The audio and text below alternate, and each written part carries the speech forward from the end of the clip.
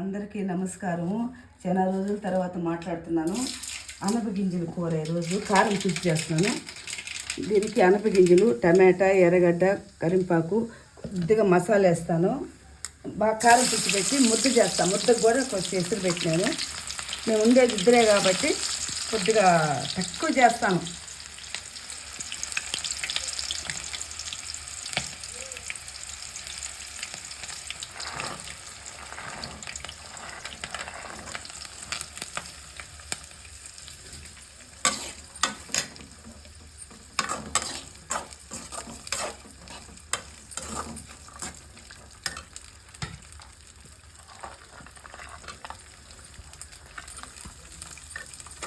దాంట్లోకి కొంచెం చింతపండు వేస్తాను. కొద్దిగా ఇంత నానబెట్టుకున్నాను కారం పులుసుకి. కొద్దిగా తెల్లగడ్డ పేస్ట్, తెల్లగడ్డ, ఇది కొద్దిగా తెల్లగడ్డ అది వేస్తాను. కొంచెం మిరప్పొడి, ధనియాల పొడి, పసుపు పొడి, అంటే మనకి ఎంత కారం కావాలో అంత వేసుకుంటాం.